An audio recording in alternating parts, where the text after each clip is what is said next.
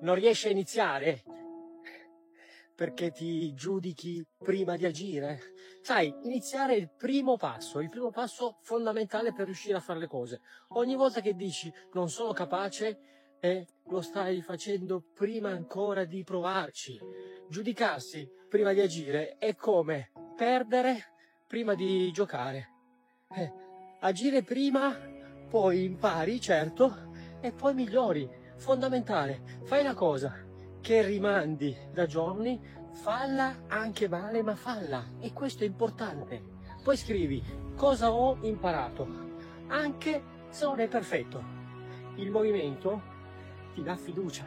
Il giudizio è solo paura.